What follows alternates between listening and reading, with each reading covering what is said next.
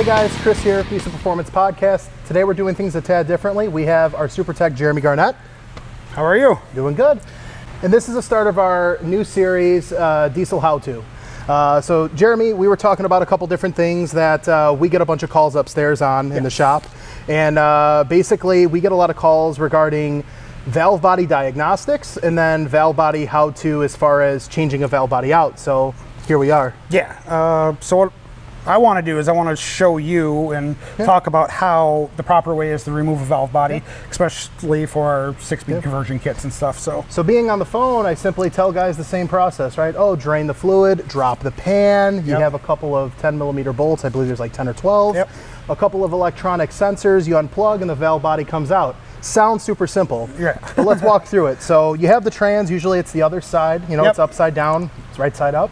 So what's the first step? What are we looking at? Well, first of all, I want to put it this way so you guys can see. And then other than that, it's usually up in the truck. But first of all, we're going to move the pan. Okay, we're going to drain the fluid, remove the pan. That's the first thing. I'm used to 47, 48s, and 68s where there are no drain plugs. So it threw me for a little bit of a loop looking at this one. Exactly, yeah, you get all full of fluid and everything. So on an Allison transmission, everything from an 01 to all the way up to the L5P, you know, they're all 13mm bolts. Okay, so the 5 and the 6 speeds from 01 to 19 all the way to 19 are all going to be the same. So it's a 13mm bolt that holds the pan to the trans housing. And a 15mm for your drain plug. And again, that only gets what's in the pan out of it, does not get what's in the valve body, but gets your most of your fluid. So we're going to go ahead, we'll remove the valve or the pan.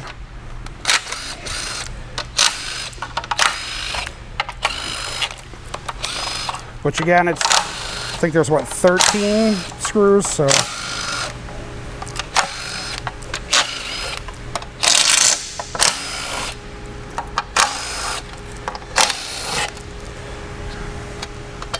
Okay. Yep. And then once that's done. Once that's done. Then you pull the pan. You pull the gasket. So there you go, nice clean pan. So, and then the first thing I want to do is any pan, doesn't matter if it's a good trans, bad. All I want to do is I want to look for debris. So I want to look for debris and I want to check the magnet, and then just make sure there's no metal on the magnet. So I know that has nothing to do with the valve body, but you always want to check it. So now usually when you're doing the valve body, is it best to disconnect the solenoids and the wiring harness first before really getting into that? Or no. What's normal practice? Well, so normal practice is that you you disconnect the main harness off at first. So usually after I pull the pan, then I disconnect the harness, the main harness off of it. And that's externally plugging into the internal harness going into the trans, essentially. And that's the only thing. So there's only one plug on the external part of the trans that you have to unplug. So, and then also the reason I like to do that is to make sure there's no fluid inside there, to make sure that O-ring around it's not leaking as well. Smart. So, but then we got to remove the filter. So we're going to go ahead, and again, this is going to be dripping on you now, so it's going to be wet. We're going to go ahead, we're going to remove this filter. I usually take a screwdriver or something, and I usually just give it a good wiggle. It's usually a little tight in there, so you want to pry it, but you don't want to be too aggressive. And again, I'm doing this the other way, so it's a little bit easier. So, wow, there's a lot of bolts sitting here. Now, some of these bolts, as we're looking at this, some of these bolts are basically coupling or combining the two plates of the valve body, and then there are some bolts that actually go through both plates and mount the valve body to the trans housing itself. So it's a little bit half and half. So in this case here, we're going to take out 15 8mm bolts. So first of all, before we get to that though, we have to disconnect the this one here is a neutral safety switch in it. It's a 6-speed. So this is an LBZ. It's a 6-speed. But it's the same setup for a 5-speed or 6-speed. So a 5-speed will have an external, neutral safety switch, where this one has an internal. So on again 6-speed, you do have to disconnect this. And then we do have to disconnect the main plug, which does have they're like little fingers that hold it through, so when the O-ring goes through, it snaps. So I do have a special tool for it, but most people won't. They could either use just a flathead screwdriver, push those pins in, and then push it in. Take a little bit of finesse, but you don't want to hurt it, but just a little finesse. So then once you get the neutral safety switch undone, then where do we go from there? I'm going to push this main connector in, and then we're going to start unbolting it. Gotcha. So right now, like I was telling you, I have this tool right here. This is a tool that will go ahead and we'll push that pin in, or push this connector in. Okay. So you can buy these just about anywhere online, or any good, you know, merchant automotive or something like that. Okay. I'll go ahead. They didn't even pay us for that plug. I know, right? So with the tool, it makes it a lot easier. Okay. But again, with the screwdriver, you can just push those pins in. Yep. Very good. So now I have the harness disconnected for the neutral safety switch, and then I have the harness pushed in through the body of the transmission.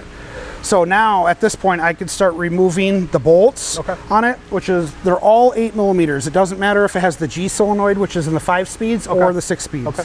Now, one of the things I get a lot of questions on with guys is, am I gonna pull the valve body out? Am I gonna have check balls fall all over the place? And I think of that like in E40D Power Stroke trans in the old Fords, or 68, like a 47, yep. 48, stuff like that. So this is a complete mechanism. Once you pull the valve body out, there aren't any check balls. There's nothing like that that's essentially going to fall out if you pull it out as a full unit. No, not as a full unit. Now, if when we do separate it, yes. Okay. So, but anybody shouldn't have any reason to separate unless they're going to be doing, of course, unless they're fixing for it. removal and reinstallation, not anything to be concerned with. Nothing to be concerned about. Now, how do you know what bolts you need to get to? So usually it's all on all data, like all data stuff like that. I've done so many that I know. Just tricks of the trade, right? Yeah.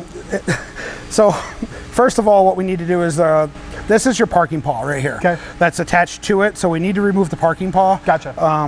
Or else it puts too much pressure on it and you can't break the valve body loose. So we need to remove the parking paw, which is just, again, 2 bolts. Okay. And that pops right out. And that just pops right off. And let me guess, the bolt that was under there is one of them you need to get to, isn't it? No. Damn. You would think. That's what you would assume. Cool. I know, you would think, but okay. So again, there's 15 bolts, and a good way to look at it is the bolt is going to go through and it's going to attach to the body of it. If you know, a good flashlight or a mirror, even a little mirror and a good flashlight will give you a good indication of which bolts. Most of them, anyways. A couple of them are in the middle where you can't see, of really course. See. Makes sense. But again, there is instructions on that. Yeah. So I'm going to just go ahead and remove the 15.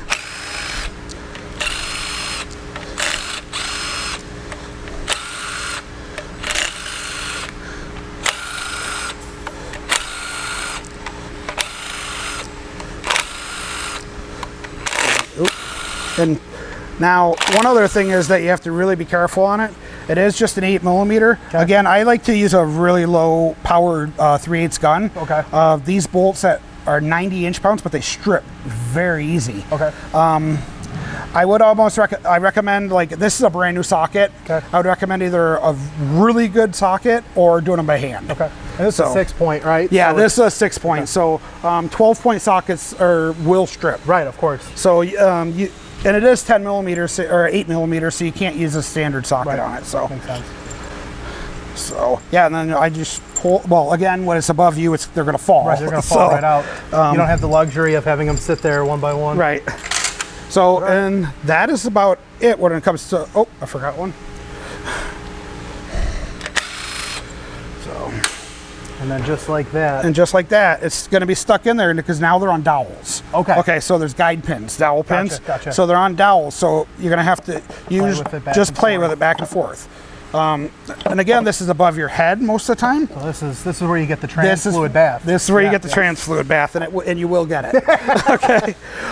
One other thing that people have to keep in mind too is on this side, especially the 6 speeds, there is the neutral safety switch. Right. So there's a pin that slides into the neutral safety switch. So you got to be careful. Yeah, you pry it, you kind of. Yeah, you got to be careful. You don't want to pry it up. You will break that pin. Gotcha. So once you break it loose a little bit, it slides out. Gotcha. And then once it slides out, you take the connector and just. And that's it. And that's it. So and this is literally what it'll look like with the valve body out of it. So there's no sensors in it. There's nothing in it. So from a DIY perspective, if you were to start this from start to finish, even taking your time, working on your back, looking up, getting fluid dropped on you, you're about an hour into this from start to finish. Shouldn't take no more than an hour. Now, in your experience, when you drain the fluid that's in the pan, you pop the valve body out, you put the valve body back in, you put the pan back on, how much fluid do you generally have to add back into the mix, roughly on average? If you're saving the fluid, usually about 1 quart to 2 quarts. Okay. Because there, again, some's going to drip, and then there is a bunch in the valve body itself. So I'd say anywhere, I have seen some take 2 quarts, and I've seen some take 1 quart. So about 1 quart to 2 quarts. Interesting. And then, you know, something that we didn't see either, when this is above us, when you do disconnect this, a bunch of fluid comes out of here as well. Well, you can see the pocket of fluid just sitting right there. So I'd imagine that's all coming at you. We didn't see that much fluid this time, but when it's above us, there's a bunch more fluid that comes out. There's a lot of fluid that's sitting in the case right now and everything else. Exactly. So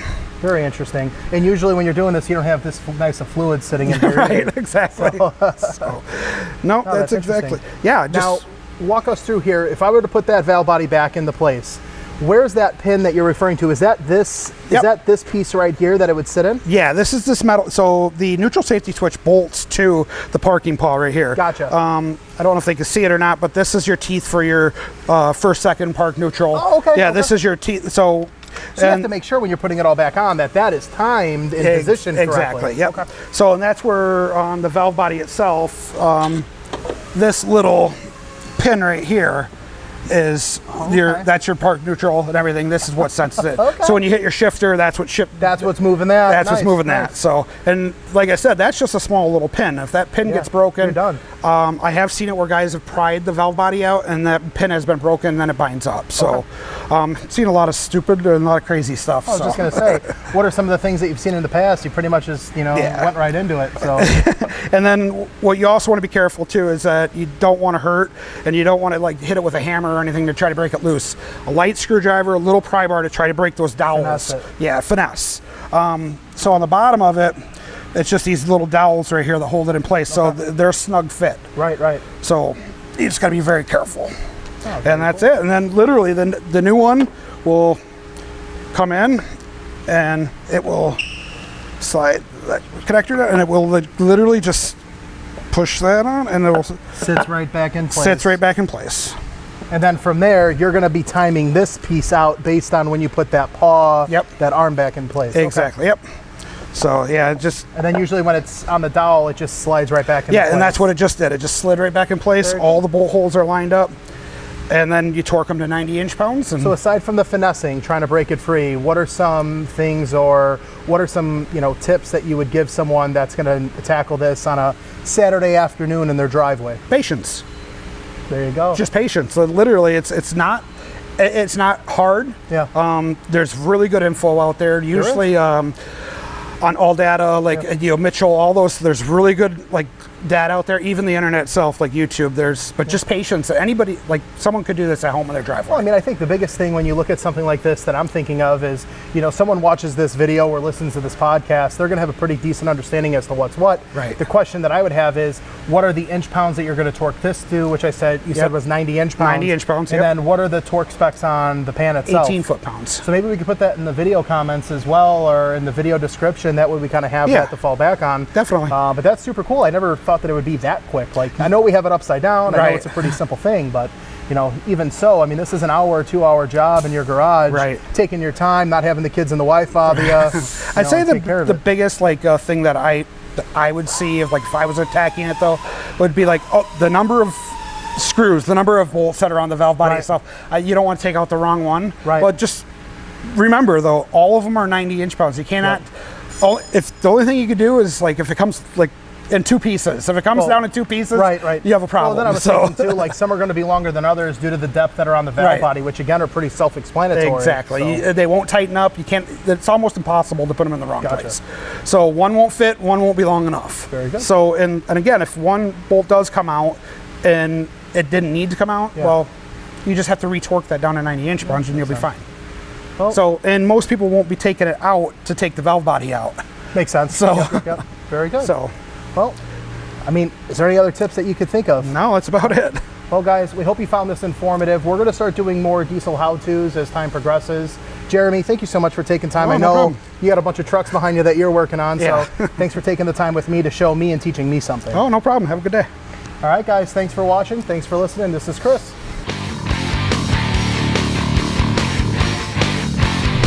All right, guys, it's Jeremy from the Diesel Performance Podcast.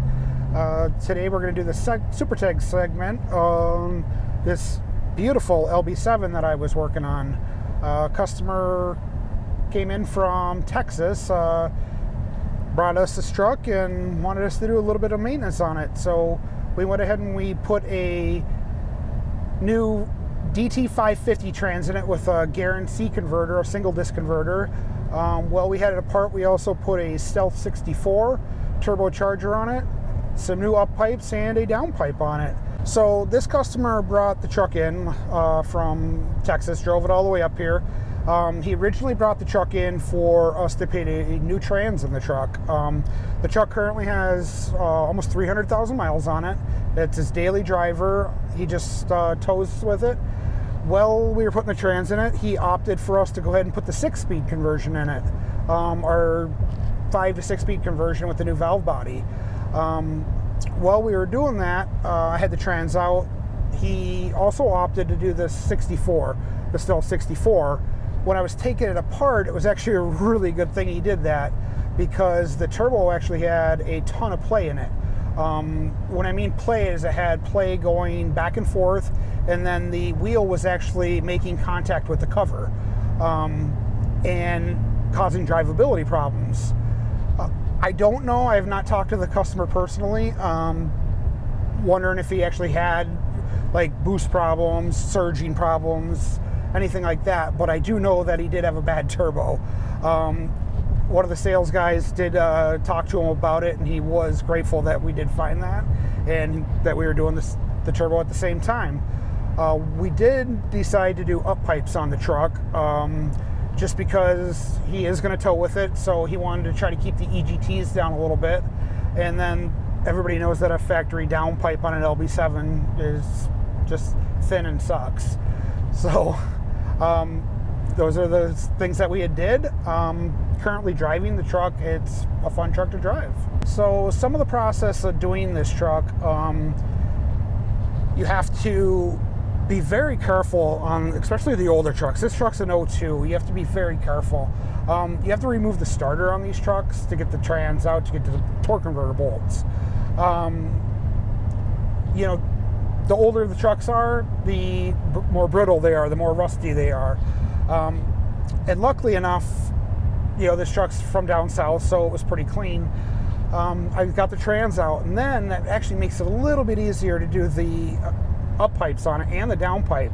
On an LB7, the down pipe on this has a bunch of bolts around it, so everybody knows that they suck and the bolts break. This one here, actually 2 of the bolts broke, and if you don't pull the trans, it makes it a lot harder to do, because it's a 12 millimeter socket that, you know, gets those out. But again, it took a 1/2-inch breaker bar to do that, to get those out. That's one of the hardest parts about doing this job, is getting those up pipe and down pipe bolts out of the back of the turbocharger, and then making sure that they don't break out of the manifolds themselves. Driving this truck before, again, just a stock, pretty much just tuned only LB7. Now that I have the Stealth 64 in it, the new trans, and our 6-speed conversion in it, I can get this truck up to 60, 70 miles an hour, and I can get it into 6th gear, and it's just so much quieter, nicer to drive, and the power alone is pretty much fun. That would be my pro tip, is just the 5 to 6-speed conversion, and the 64 with a little bit more power behind it is just a lot funner to drive. All right, guys, thanks for riding along with me on this LB7, and we'll see you next week. Thanks for joining us today, guys. This has been Paul Wilson and Chris Emke. Make sure to like and subscribe, and we'll talk to you again soon.